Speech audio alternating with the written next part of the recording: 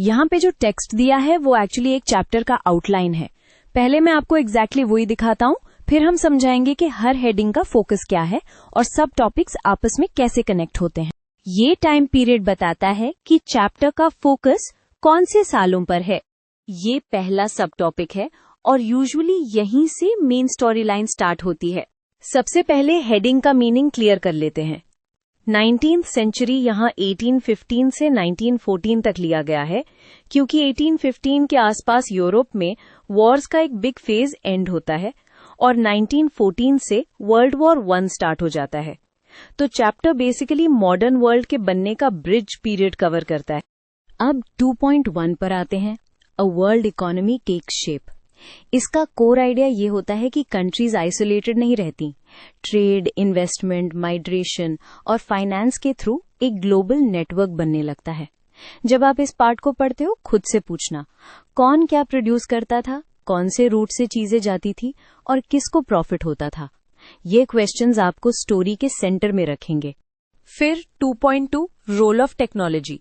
ये section usually explain करता है कि वर्ल्ड इकोनॉमी पॉसिबल कैसे बनी। टेक्नोलॉजी का मेन जॉब था डिस्टेंस को छोटा बनाना, transport faster, communication quicker, production cheaper.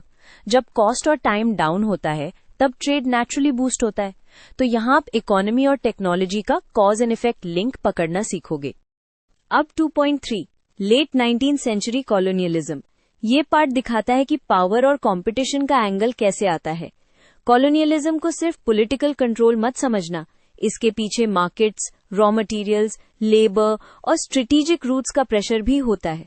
और नोटिस करो, टेक्नोलॉजी यहाँ भी हेल्प करती है। कंट्रोल एस्टैब्लिश करना और रिसोर्सेज मूव करना इजियर हो जाता है। तो ये टॉपिक पहले 2 सेक्शंस का एक्सटेंशन जैसा फील होना चाहिए। अब सबको एक लाइन में कनेक्ट करते हैं ताकि आप कंफ्यूज ना हो। पहले ग्लोबल इकोनॉमी का नेटवर्क बनता है, फिर टेक्नोलॉजी उस नेटवर्क को एक्सेलरेट करती है और फिर कंपटीशन और रिसोर्सेज के चक्कर में कॉलोनियलिज्म इंटेंसिफाई होता है। अगर आप रिवीजन कर रहे हो, एक सिंपल अप्रोच ये रखो, हर सेक्शन से 3 चीजें निकलो, मेन ड्राइवर्स, मेन एग्जाम्पल्स और मेन कॉन्सिक्वेंसेस। इससे आपके नोट्स भी क्लीन बनेंगे और आंसर्स भी स्ट्रक्चर्ड आएंगे।